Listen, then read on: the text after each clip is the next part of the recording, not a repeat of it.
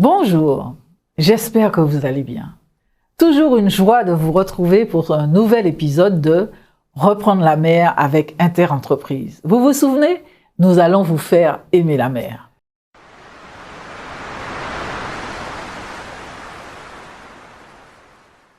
Grosse actualité dans le monde de la logistique. Elle occupera toute notre émission. Troisième semaine d'avril, en effet, nous avons appris que CMA CGM, troisième compagnie maritime mondiale, était entrée en discussion exclusive avec le groupe Bolloré SE en vue du rachat de sa filiale Bolloré Logistique.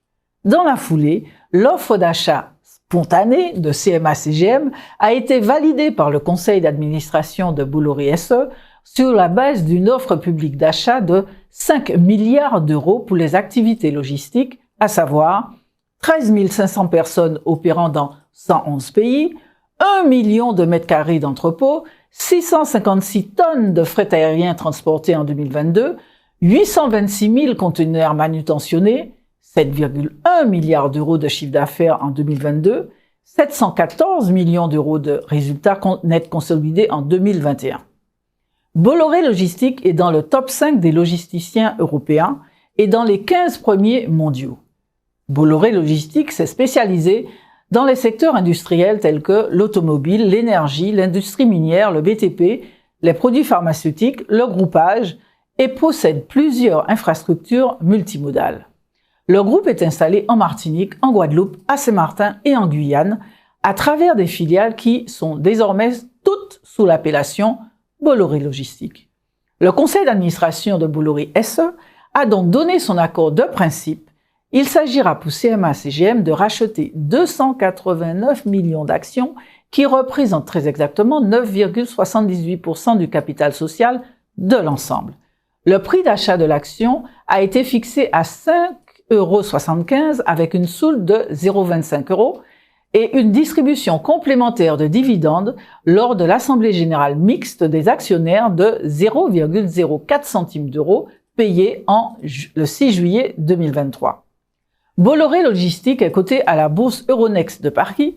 L'offre publique de achat a visiblement été bien accueillie par le marché. L'action a progressé de 6,41% depuis l'annonce des tractations. Cette vente doit encore obtenir l'aval des instances représentatives du personnel et des autorités réglementaires européennes. Le groupe Bolloré SE confirme ainsi sa volonté de se désengager de la gestion portuaire. Bolloré Africa Logistique a été vendu à MSC en décembre dernier pour 5,7 milliards d'euros, dont 600 millions de remboursements de comptes courants. Le groupe poursuit donc sa mutation en cédant un pan de ses activités logistiques pour ne conserver que les activités pétrolières ainsi que les systèmes de sécurité et la communication avec Canal+, Havas Group, Editis Prisma Media, les jeux vidéo avec Gameloft et la distribution de contenu avec Dailymotion. De son côté, avec cet achat, CMA CGM conforte sa vision d'intégrateur de chaque étape de la chaîne logistique. Pour bien avoir en tête l'effet du mariage qui se prépare.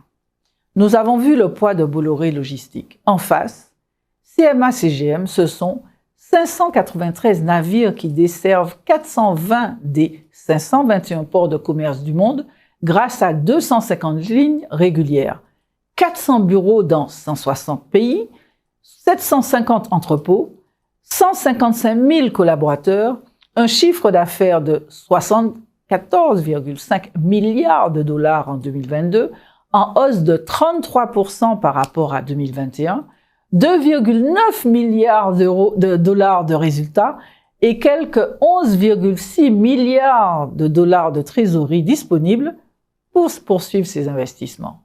La troisième compagnie maritime mondiale va donc renforcer son pôle logistique organisé autour de sa filiale CEVA Logistique rachetée en 2019. CEVA Logistique, ce sont 1,29 million de containers manutentionnés en 2022 et 474 millions de tonnes de fret aérien. Cette branche de CMA CGM rassemble également le spécialiste de retail américain CLS Ingram, racheté en 2021, Jeffco pour le transport de véhicules et Colis Privé, spécialiste de la livraison du dernier kilomètre, toutes deux rachetées début 2022. L'offre publique d'achat de CMA-CGM sur la branche logistique de Bolloré SE intervient sur un secteur de la logistique en grand bouleversement. Un autre important groupe de logistique cherche en effet repreneur. Il s'agit de DB Schenker, numéro 4 mondial qui veut vendre ses actifs pour 20 milliards de dollars. DB Schenker, ce sont 725 entrepôts implantés dans 60 pays, soit 8 millions de mètres carrés d'entrepôts, 76 100 collaborateurs, 2 millions de containers manutentionnés, 1,44 million de tonnes de fret, un endettement de 30,5 milliards d'euros et en fin juin 2022, et un bénéfice d'exploitation de 1,2 milliard d'euros. Gane & Nagel, DHL et DSV étudient le dossier. Ce sont les 3 leaders du secteur. Gane & Nagel, ce sont 4,6 millions de containers manutentionnés et 22 millions de tonnes de fret aérien. DHL, ce sont 3,1 millions de containers manutentionnés et 2,9 millions de tonnes de fret. Et DSV, ce sont 2,5 millions de containers manutentionnés et 1,1 million de tonnes de fret. À la lecture de ces chiffres, de ces leaders, Bolloré Logistique paraissent presque lilliputiens. Cependant, l'arrivée de cet intégrateur de chaque maillon de la supply chain air, mer, terre que veut être désormais CMA-CGM met en pleine lumière l'affrontement qui se jouait jusqu'alors à bas bruit, celui de la maîtrise de la connaissance des flux des clients qui sont pour l'instant détenus par les commissionnaires de transport que sont les transitaires. Ces grandes manœuvres auront des effets dans l'outre-mer français.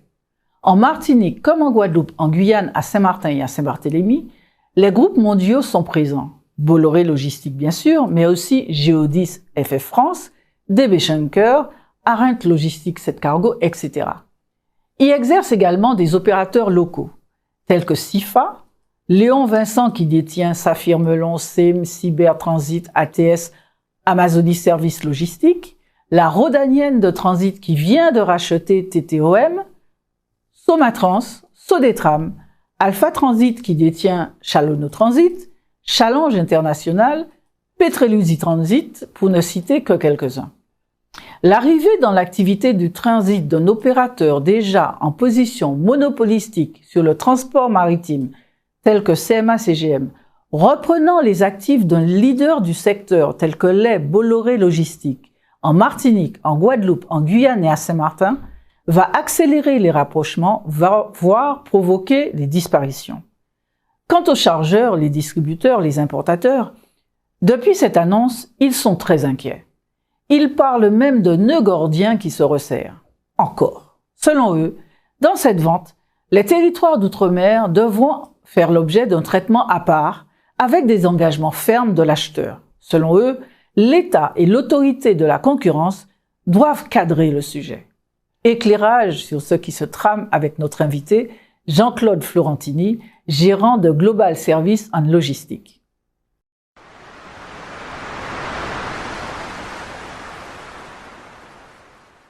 Bonjour Jean-Claude Florentini. Bonjour. Comment allez-vous? Très très bien.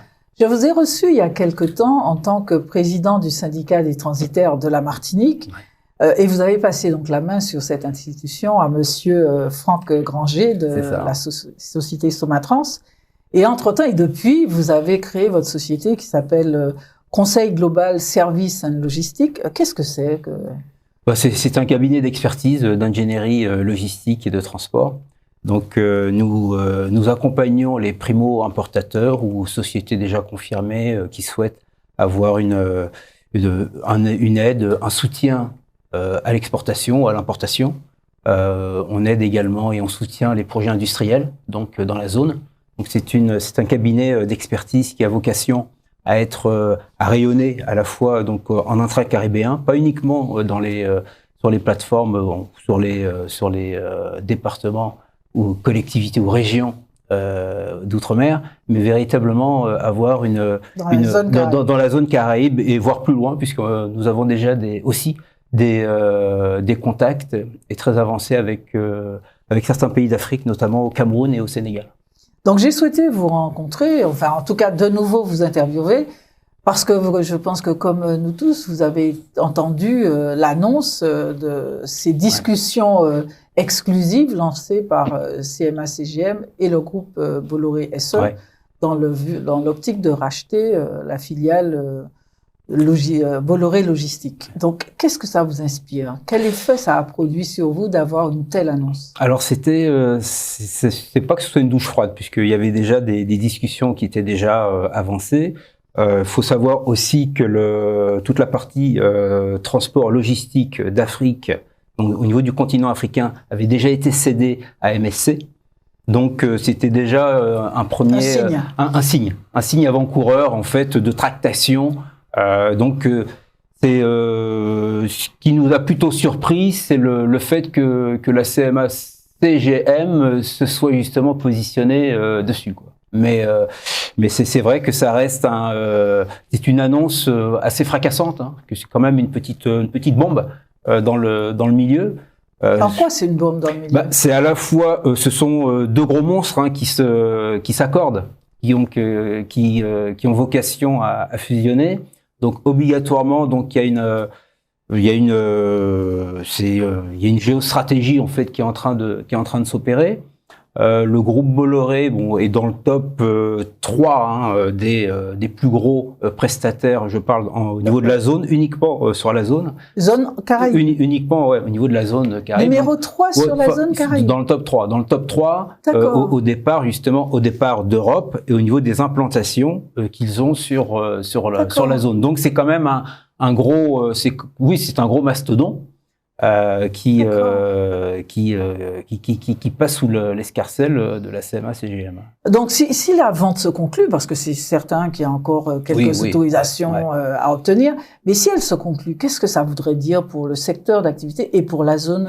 En fait, il faut savoir quand même qu'à l'échelon mondial, Bolloré, c'est le 14e, donc c'est pas non plus c'est pas le plus gros mastodon de la bande. En revanche, il a donc c'est une structure, une compagnie en fait qui a d'excellentes implantations à l'international, que ce soit en Asie, que ce soit, je parle même pas en Afrique puisque ça a été cédé, mais au niveau de l'Amérique du Nord, Amérique du Sud, Amérique centrale. Donc c'est quand même un gros faiseur. En revanche, par rapport à des gros mastodons du style Schenker, DHL ou même Kuehne+Nagel, c'est un presque lilliputien. Voilà. C'est pas la même cour. Donc manifestement, il y a une volonté du groupe CMA-CGM d'avoir une politique d'intégration verticale et de maîtriser l'ensemble des opérations, donc de A jusqu'à Z. Et là, pour le moment, ça lui réussit plutôt bien, quoi. Et qu'est-ce que ça voudrait dire? Quel pourrait être l'impact d'une telle fusion, en tout cas d'un tel achat, dans nos régions précisément? Alors, déjà, au niveau européen, il va pas se passer grand-chose. Donc, au niveau continental, c'est pas là que ça va se passer. Ici, le risque qu'il y a, c'est que les marchés sont petits. Donc, après, on verra bien en fait avec l'usage, mais encore faut-il aussi que manifestement, il y aura une autonomie de gestion et une indépendance. En tout cas, c'est ce que nous espérons, nous opérateurs. Oui, mais n'empêche que la compagnie CMA-CGM a déjà une position, je ne veux pas dire monopolistique, mais quasiment en termes de liaison maritime, en position de force. Ouais. Et là, elle prend une part, la compagnie prendra une part remarquable en termes de transit, quoi. C'est-à-dire, elle accélère son mouvement.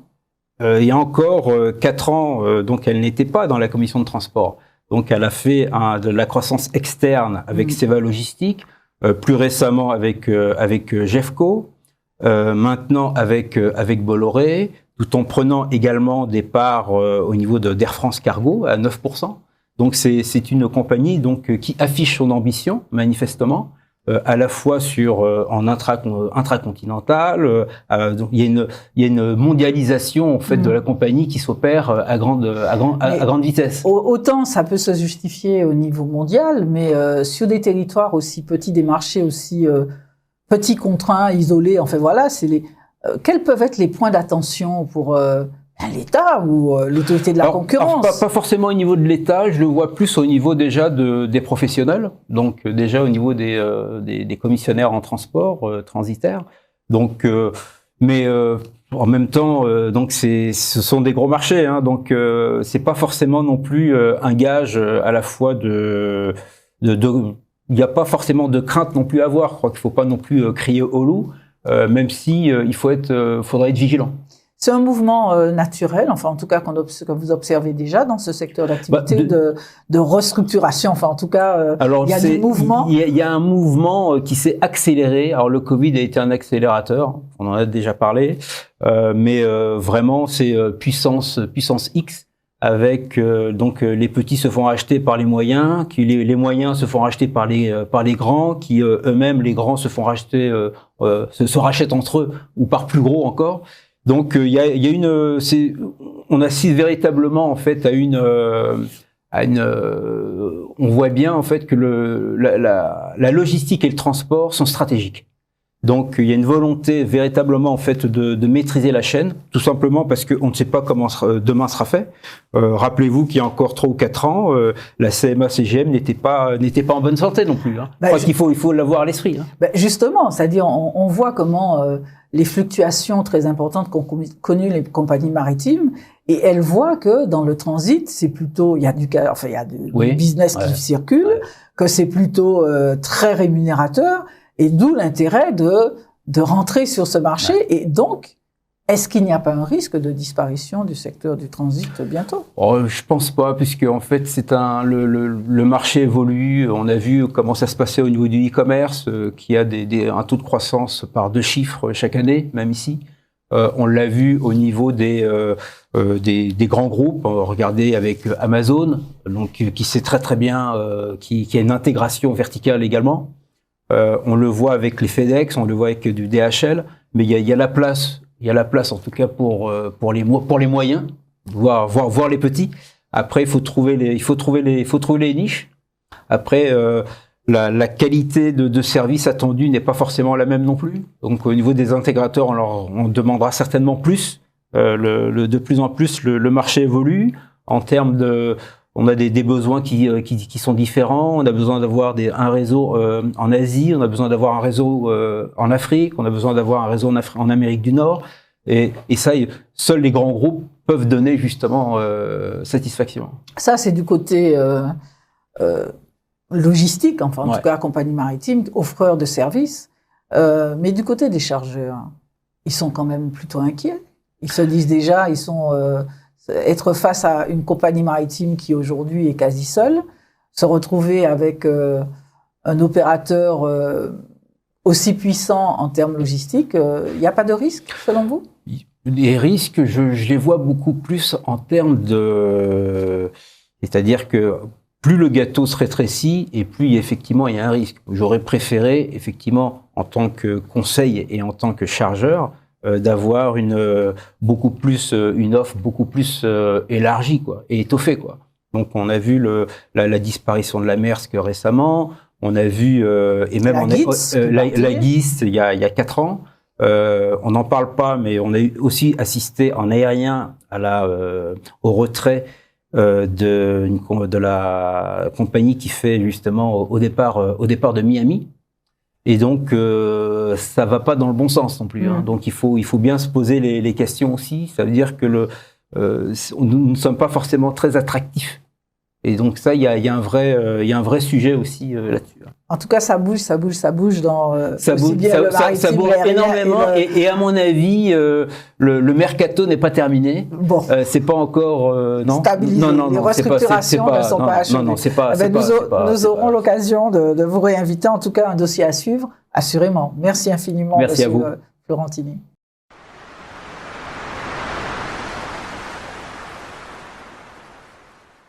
Place au métier de la mer. Aujourd'hui, rencontre avec Yann Pétrin, barge master à la Somara en Martinique. Écoutez ce jeune homme, observez sa joie d'être un acteur qui remet la mer dans toute sa netteté.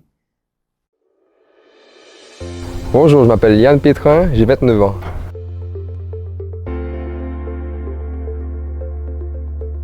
Ma fonction est barge master scaphandrier.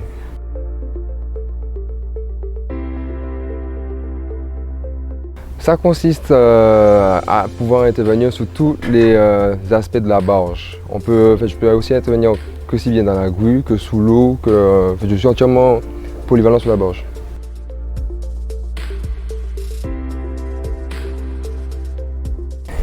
Les fonctions de la barge, c'est plus généralement des travaux maritimes, mais on est plus spécialisé dans le relevage de BHU, des épaves, qui sont laissées à l'abandon. On intervient aussi sur les câbles sous-marins, que ce soit électriques ou Internet. Aussi, on pose des mouillages, on pose des tuyaux d'aspiration d'eau de mer. Et aussi, en cas de pollution, on est aussi équipé pour barrer la pollution au pétrole, tout ça.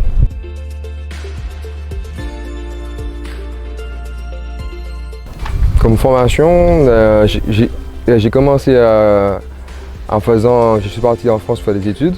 Ça n'a pas trop bien marché, donc je suis passé à partir en Écosse pour ma formation scaphandrier. Ensuite, je suis rentré en Martinique, j'ai travaillé 5 ans à mon compte en tant que SCAF. Après, je suis passé à l'école de Trinité pour passer les diplômes maritimes, matelot puis capitaine 200. Et depuis ça, je suis à la sous-marin.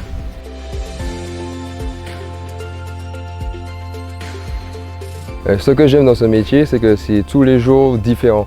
On n'a jamais 2 jours qui se ressemblent. Il faut toujours réfléchir à trouver une solution, à évoluer. Et les chantiers, on bouge. On n'est pas juste dans un bureau à faire la même chose tout le temps. On est sous l'eau, c'est important. Et c'est varié. C'est surtout ça, c'est varié. Ça pousse à réfléchir, à toujours trouver une solution.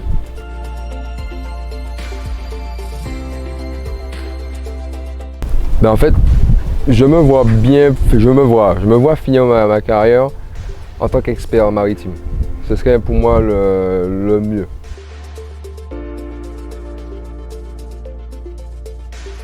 Surtout parce que déjà avec l'âge, on peut beaucoup moins forcer que je fais maintenant. Si le travail est très forçant, tout est lourd. Et en tant qu'expert maritime, on apporte juste son expérience. Et on fait surtout des analyses de choses. Ce n'est pas ce qu'on fait actuellement. C'est tout aussi bien ce qu'on fait, c'est très bien ce qu'on fait. Mais ça change.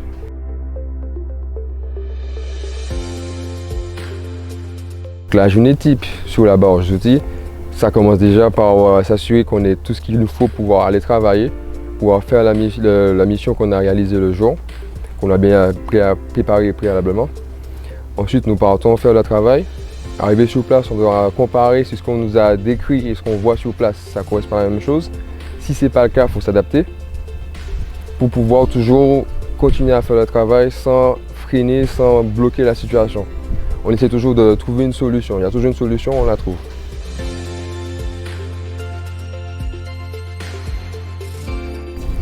Alors, la barge d'outils est un multicat motorisé, donc indépendant, avec des moteurs azimutaux, c'est-à-dire qu'ils sont orientables à 360 degrés. On est aussi équipé d'une grue, d'une capacité de 80 tonnes mètres, d'un groupe électrogène de 340 kVA et aussi de machinerie hydraulique pour pouvoir alimenter peu importe une machine qu'on pourra mettre sur le pont pour réaliser des travaux spéciaux.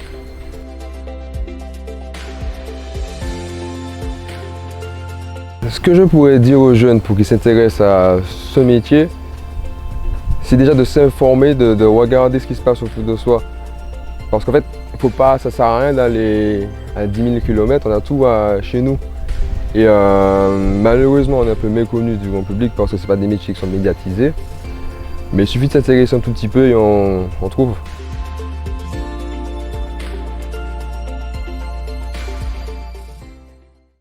Voilà, reprendre la mer avec Interentreprise est terminé. Faites-nous vos suggestions sur reprendre-la-mer@interentreprise.com. On se retrouve en juin. Prenez soin de vous.